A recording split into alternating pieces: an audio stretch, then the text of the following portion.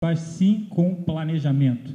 Então, eu diria, para o nosso desenvolvimento atual não ser um voo de galinha do desenvolvimento, nós temos que ter associado a ele agora a palavra planejamento. A palavra planejamento tem que voltar à pauta. E é um planejamento, existem planejamentos de dois tipos. Planejamento assusta muita gente. Existe o planejamento aquele impositivo, onde você obriga o setor privado a seguir determinados caminhos. Não é isso que eu estou sugerindo. Estou sugerindo o planejamento conhecido aí por muitos, foi aplicado na Europa, o planejamento propositivo, onde o governo, além de realizar, ele sinaliza caminhos para o setor privado realizar também. Então, não existe nenhuma obrigatoriedade e imposição no planejamento, mas existe um planejamento de sinalização e de realização por parte do Estado para sustentar a trajetória de desenvolvimento. E diria que, associado ao planejamento, é muito debate na sociedade para ganhar espaço para realizar mudanças, e essa é fundamental, que é do sistema tributário. Obrigado.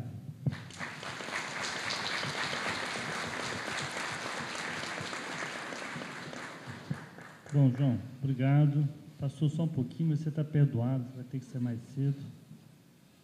Zé Roberto, por favor, 20 minutos. Vai ter PowerPoint? Não, eu mandei. Abortou? É que eu mandei, pela primeira vez eu mandei o PowerPoint uns 4 ou 5 dias antes, parecia alemão, e o PowerPoint sumiu. Para não dar de brasileiro. Brasileiro faz de última hora e traz da última hora. Não, eu estou brincando. Não combinei com os Beck, né, como dizia Garrincha. Bom, o PowerPoint fica à disposição aí dos organizadores. Eu acho até que pela plateia é mais interessante a gente colocar aqui as principais ideias e partimos para o debate, para a discussão, que acho que é o mais relevante. Só quero dizer assim, algumas coisas que eu vou estar colocando aqui, tem os números lá que sustentam as ideias que a gente está querendo trazer aqui. Aliás, não estou trazendo ideias aqui pelo BNDES, sou economista de carreira do BNDES, mas, acima de tudo, que eu estou querendo, inclusive, discutir aqui é fruto, em grande parte, de trabalhos que tem desenvolvido aqui nessa própria universidade, no âmbito lá do meu doutorado, né? Eu queria fazer o gancho da continuidade que o João estava levantando aqui e reforçar muito a importância de que nós precisamos debater e, eu diria que, além de debater, estudar, pesquisar, produzir mais na área tributária, na área de finanças públicas. É uma área, na minha opinião pessoal, muito maltratada. A gente conta nos dedos os economistas que trabalham nesse campo. E queria começar ilustrando, quer dizer, um debate que é fundamental quando se fala em tributação e justiça social, o João já passou aqui rapidamente, que é a questão de quem paga impostos. Quer dizer, quanto dos impostos são suportados pelas famílias brasileiras dos diferentes estratos de renda, quanto que os mais ricos pagam, quanto que os mais pobres pagam. Para vocês terem uma ideia, até pouco tempo atrás, o único trabalho sobre esse assunto era do Ibrahim Eres, que mexia com tributação, apresentado na ANPEC de 1975, com dados de 1970.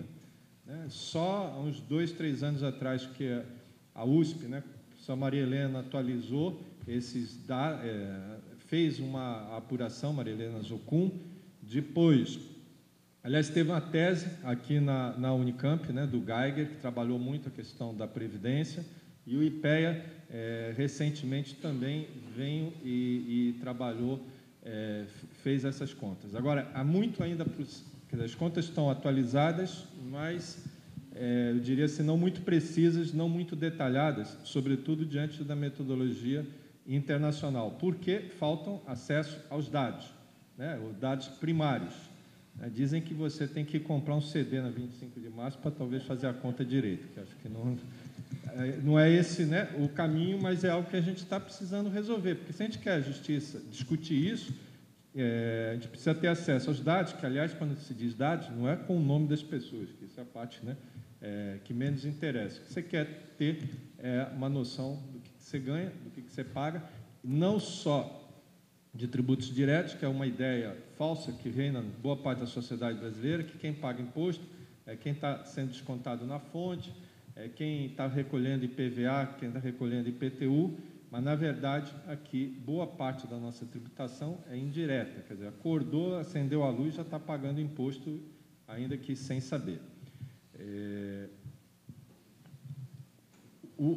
Mais que isso, além de discutir quem paga, também quem recebe os recursos públicos, né? Ponto que o João até já puxou aqui. O IPEA até fez um cálculo, né, recente, trabalhando com benefícios, isso passa um pouco perto dessa discussão de carga líquida, só que é toda uma metodologia internacional que detalha, quer dizer, não só os benefícios, mas a ideia é você também mensurar quanto se gasta com educação, não só primária, não só básica, quanto universitária, quem são as famílias que estão recebendo, né, vamos dizer, esse serviço público, idem para a saúde e assim por diante. É inacreditável, mas o Equador tem essa conta, Bolívia tem essa conta, não, Bolívia está quase chegando lá, mas a comunidade andina toda, Colômbia, Venezuela, alguns países do Caribe, conseguiram aplicar essa metodologia e nós, no Brasil, não temos essa conta. O que mostra, na minha opinião, digamos assim, ou um desinteresse, ou, quando o assunto entra muito no discurso, mas a gente está precisando passar do discurso para a prática, né, para fazer coisas concretas, sentar, mensurar, quantificar, porque quando a gente faz isso, a gente descobre coisas surpreendentes. Por exemplo, eu estava olhando comportamento da arrecadação federal, só um pedacinho da carga tributária brasileira, mas a arrecadação federal sem a Previdência, nos últimos 6 anos, 5 anos, 7 anos, e quando a gente abre por setor, você fica espantado, quer dizer, você vê assim, por exemplo, a arrecadação geral, em termos reais, bom, tem lá os dados no PowerPoint, de cor eu não consigo, mas algo como 25% ou 42% com ou sem CPMF. Quando você vai olhar a indústria de alimentos, 85%. Quando você vai olhar coleta de esgoto, mais 200%. Água, coleta de água, abastecimento de água, mais 200% de aumento de imposto. Telefonia celular, mais 70%. Telefonia celular. Tudo isso são bens essenciais para os pobres, inclusive telefonia celular, né? Quem usa mais do que a telefonia fixa. E o que subiu abaixo da média? Acima de tudo, indústria automobilística e, mais do que nunca, petróleo, combustíveis, né? Que, aliás, é o que arrebenta, o que joga. Quer dizer, nós diminuímos a carga tributária do setor de petróleo de 2003 para cá em algo como 0,8, 0,9 do PIB. Como a carga tributária global subiu, não precisa nem dizer que os outros setores estão pagando a redução da carga tributária sobre petróleo. Muito bem, pobre tem carro? Tem, né? Mas são poucos. Né? O carro próprio, que você usa gasolina, pesa mais no orçamento dos mais ricos. Né? Comprar carro também assim por diante. Quer dizer, eu tenho um sistema tributário, que acho que sem querer, ninguém faz isso intencionalmente, mas é um sistema tributário que, na verdade, ele, em termos conjunturais ou em termos estruturais, ajuda, aprimora essa desigualdade. É importante discutir isso, é importante sentar e ver os números, sentar e fazer estudos. Por exemplo, isso que a gente está falando aqui é quando a gente olhou para trás. Né? Na verdade, a gente está subsidiando petróleo, eu esqueci de dizer, está se subsidiando petróleo, porque em 2003 nós criamos o COFINS e o PIS não cumulativo aqui no Brasil. Nessa mesma época se criou um regime especial de tributação do setor de petróleo, para que o COFINS e o PIS do setor de petróleo seja pago também como um valor único por litro lá de gasolina vendido, para combater a sonegação igual a CID. Obviamente, a medida pertinente é importante. O único detalhe é que o valor que foi fixado em abril de 2004 nunca mais foi mudado. Ou seja, cada vez que aumenta o preço na bomba da gasolina, e como não está diminuindo, está aumentando o preço, você está indiretamente ou subsidiando quem consome gasolina ou subsidiando os donos da Petrobras. Né? Aliás, é bom lembrar que, ao contrário do imaginário popular, o governo, direta e indiretamente é bem desse par, não tem mais que 40% do capital da Petrobras. Aliás, acho que os investidores estrangeiros têm mais hoje ações da Petrobras que os investidores brasileiros. Quando isso para trás, é importante entrar nas entrelinhas, principalmente também em relação ao futuro, né? Muito se falou nesse país aqui nos últimos dias sobre pré-sal, né? Mais ainda se falou sobre royalties, mas ninguém falou que quando eu mudo o sistema de concessão para a partilha e que o óleo passa a pertencer à União, a União não é contribuinte de imposto de renda, a União não tem lucro. Embora até na emenda lá do senador Pedro Simão, ele escreveu que vai ter que partilhar o lucro óleo. Ele descobriu um pedaço da história, mas não o principal, que assim, União, governo, União, Estado, município, não tem lucro, né? Isso aqui não é empresa. Se não tem lucro, não vai pagar imposto de renda, não vai pagar contribuição sobre o lucro líquido. Menos dinheiro para a FPE, menos dinheiro para a FPN, menos dinheiro para a educação, para a saúde, mas isso ninguém discutiu. Ficou se discutindo lá a guerra do royalties, que é como um rouba dinheiro do outro, e isso passa ao largo dessa discussão. Não sei a própria questão de ICMS, porque se o óleo é da União, quer dizer, os estados vão tributar a União, vai dar crédito, como é que você vai fazer? O óleo está lá no meio do mar, quer dizer, tem várias questões fundamentais, na minha opinião, inclusive, para essa mudança de regime, que acho que a sociedade brasileira desconhece. Nós não se discutiu isso no âmbito do governo, pelo menos até onde a gente conhece, não se discutiu isso no âmbito nem da academia, no âmbito do Congresso também, até puxou lá o assunto, mas não dá ibope porque não é visível, né? Tudo que fica escondido é parecido com imposto. Você não consegue tocar, você acha que isso não existe.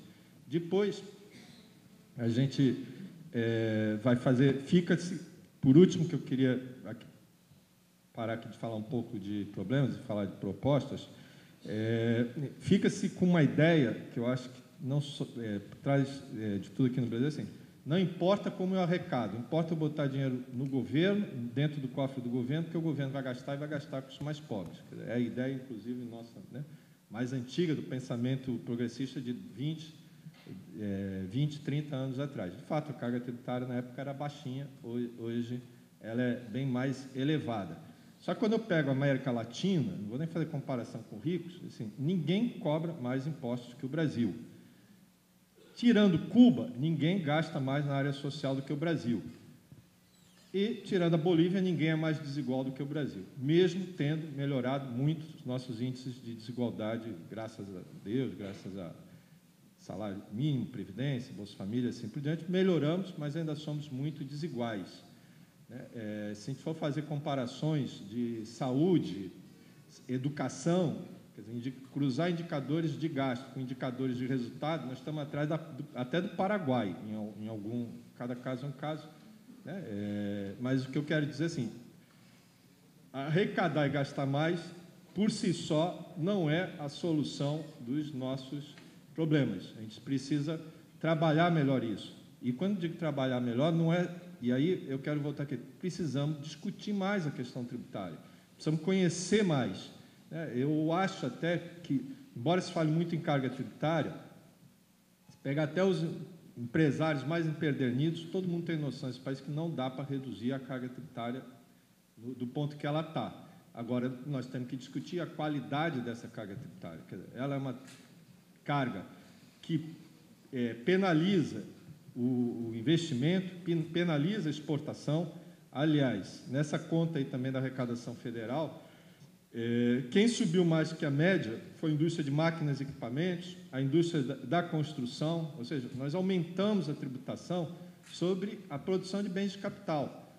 Uma vez apareceu um professor aqui holandês e ele dizia assim, não, vocês aqui no Brasil tributam tudo, até mesmo o desenvolvimento, porque ele não conseguia entender como é que o país tributa bens de capital, que, como, né, foi colocado aqui, você vai gerar emprego, vai gerar produção, e aí sim que vai te gerar a renda.